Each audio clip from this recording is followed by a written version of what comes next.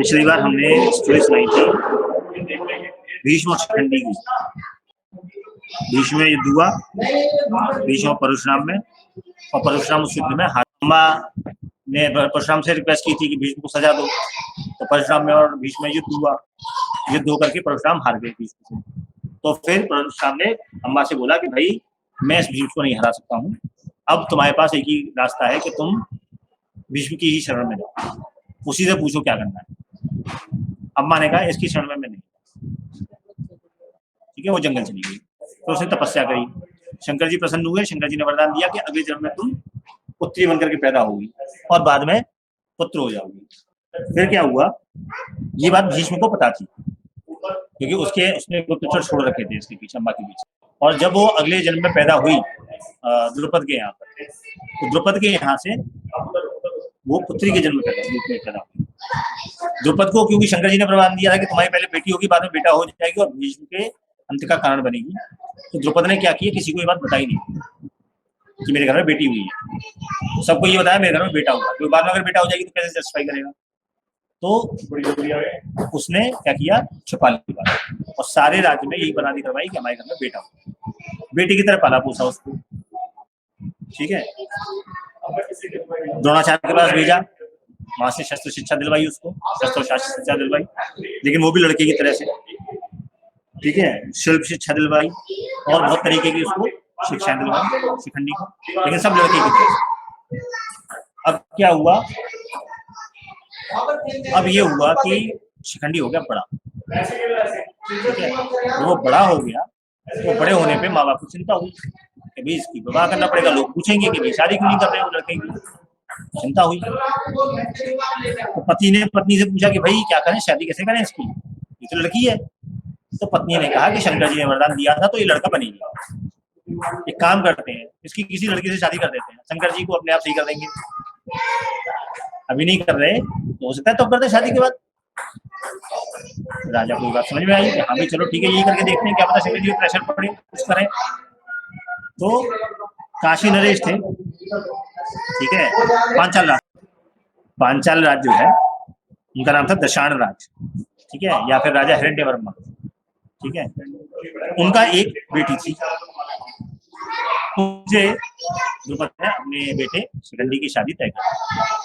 शादी हो गई, तो शादी हो गई। जो हिरण्यवर्मा था वो बहुत ताकतवर था। शादी हो गई तो ये बात छुपी तो रह नहीं सकती, कुछ दिन में ये बात सुन गई, ये लड़का नहीं है तो लड़की। जो बेटी शादी होके आई थी उसने अपनी दासी को ये बात बता कि हमारे साथ धोखा हुआ है और ये लड़का नहीं है तो लड़की है। दासियों ने ये बात जाकर के उसके पिता को बता दी, हिरण्यवर्मा को, कि भाई ये आपके साथ धोखा हो गया है और वो बेटी नहीं है, वो लड़का नहीं है, वो तो लड़की है। जब ये बात सुनी उसने, हिरण्यवर्मा ने, तो उसको गुस्सा आ गया। इसकी द्रुपद की इतनी मत होगी, मेरे साथ इतना बड़ा छल किया, मेरी बेटी की जीवन बर्बाद कर दिया। उसने क्या किया, अपने सारे दोस्तों राज्यों को बुलाया और उनसे विमर्श किया कि भाई अब हम इसको द्रुपद को खत्म कर दें, इसने मेरे साथ बहुत बड़ा छल किया। इसने खोटी बुद्धि वाले ने अपने बेटी को बेटा बता करके मेरी बेटी से शादी करा दी और इसकी सजा मैं इसको दूंगा।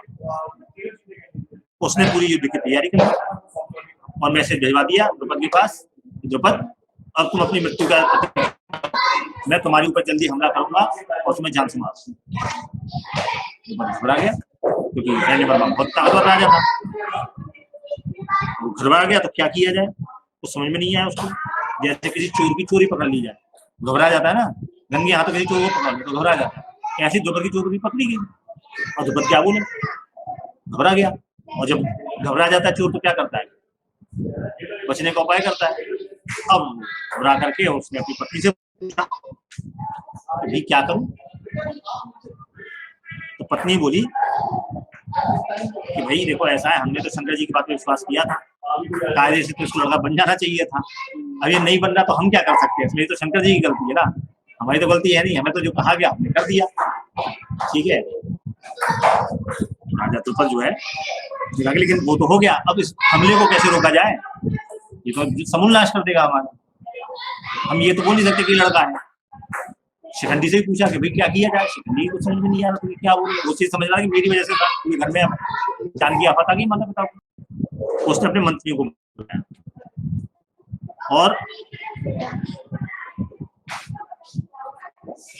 मंत्रियों से पूछा कि भैया क्या किया, ऐसे ऐसे हमने किया था, ऐसे ऐसे हुआ था, सारी बात उसने मंत्रियों को बता दी।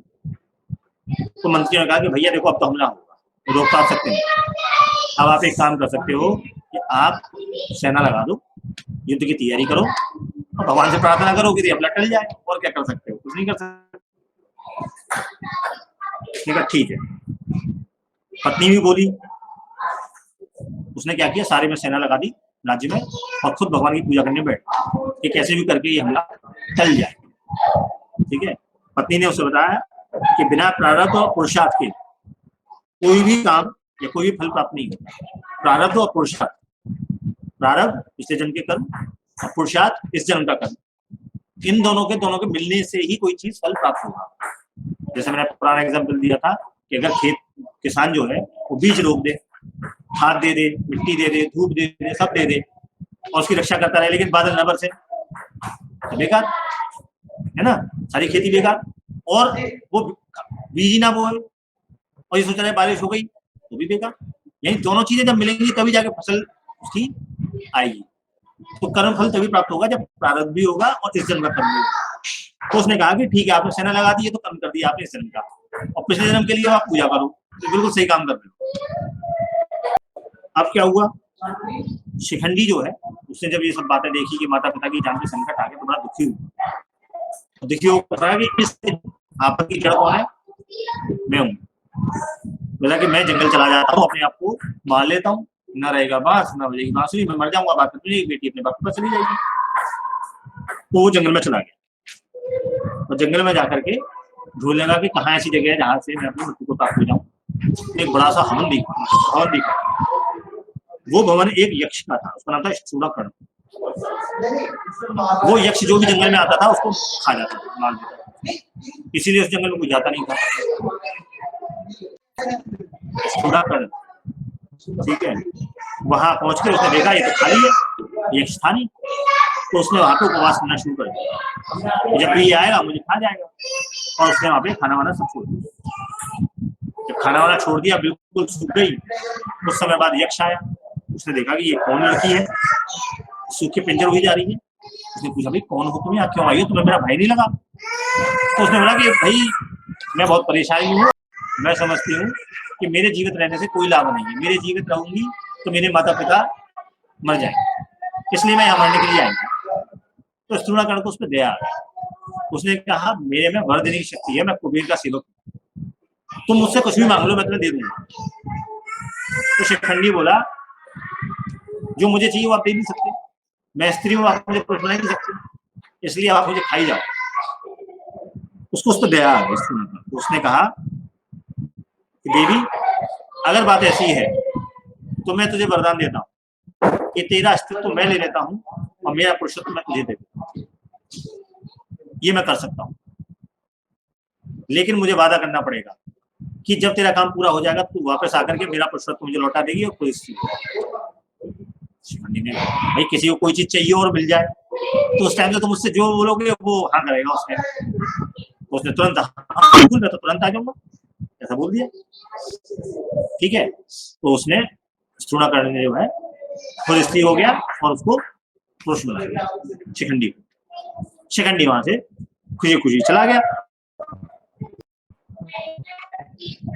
इधर क्या हुआ, शिखंडी जब जंगल में था तो हिरण्यवर्मा ने राज्य के बाहर घेरा डाला और बाहर घेरा डाल दिया तो अपने एक दूत को भेजा उनके पास,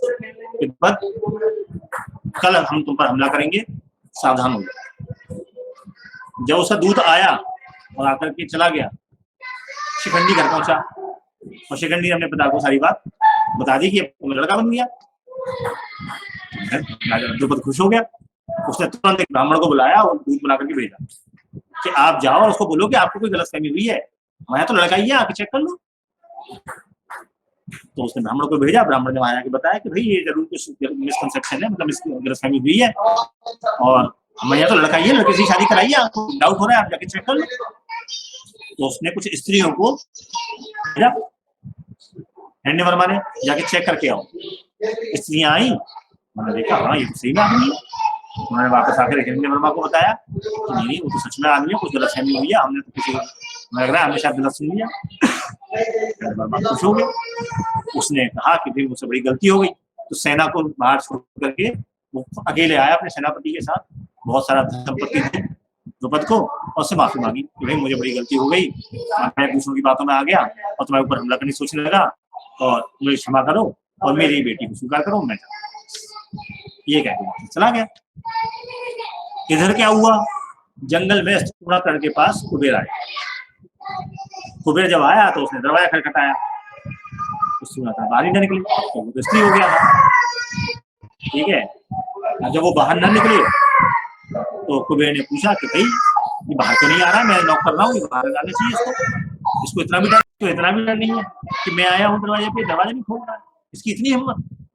तो उसके दूसरे ने बताया कि भाई ये जो है स्त्री बन गया, इसलिए आपके सामने आने से डर रहा है। अब कुबेर को और गुस्सा आ गया, ये मूर्खता की किया उसने, तो पकड़ के लेके आओ उसको पकड़ के लाया गया। उससे पूछा मूर्ख तूने क्या किया?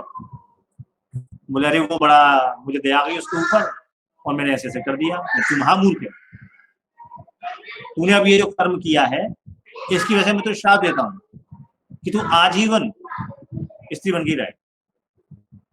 पैरों में गिर गया, बोले महाराज मैं तो दूसरे को भलाई किया था, ऐसा श्राप क्यों दे रहे हो, कुछ कम करो इसको। बोले ठीक है, जब तक शिखंडी जिंदा रहेगा तब तक तू स्त्री बन के रहेगा, जब शिखंडी मर जाएगा तब तू पुरुष बन जाएगा। ठीक है, अब कुबेर चला गया। अब शिखंडी लौट के आया जंगल से, बोला जैसा आपने कहा था मैं आ गया हूँ, अब आपके राज ले लो, तो मुझे दे दो। उन्होंने बोला तुम जाओ मौज करो, अब कुछ नहीं हो सकता, अब तुम्हें परमानेंट बन गया हूँ स्त्री, अब तुम जाओ अपना काम करो और फिर जब मर जाओगे तब मैं अपने आप पुरुष बन जाऊंगा। तो शिखंडी वहां से वापस चला गया। ठीक है, ये बात भीष्म ने दुर्योधन को बताई जब युद्ध चल रहा था उस टाइम पे, कि वो क्योंकि स्त्री पैदा हुआ था और बाद में पुरुष हुआ था, इसलिए मेरी जनरेशन में वो स्त्री ही है, क्योंकि उसका जन्म स्त्री रूप में, इसलिए मैं स्त्री पे धनुष नहीं उठा सकता, ये मेरी प्रतिज्ञा है। जो स्त्री पे वार करता है वो महापापी होता है, मैं स्त्री पे धनुष नहीं वार नहीं कर सकता। ठीक है, जब दुर्योधन ने सारी बात सुन ली तो दुर्योधन ने ये बात एक्सेप्ट कर ली कि ठीक है फिर आप शिखंडी से मत लड़ना, और हम कोशिश करेंगे शिखंडी कैसे भी करके आपके सामने ना आ पाए। ठीक है, तो ये सारी बात, तो ये हो गया अच्छी कथा। तो ये जो मिसकंसेप्शन है कि शिखंडी हिंजड़ा था, आधा पुरुष आधा स्त्री था, ऐसा कुछ नहीं। ठीक है, शिखंडी स्त्री था, आधा स्त्री आधा पुरुष, जैसे कोई कंसेप्ट नहीं है जैसा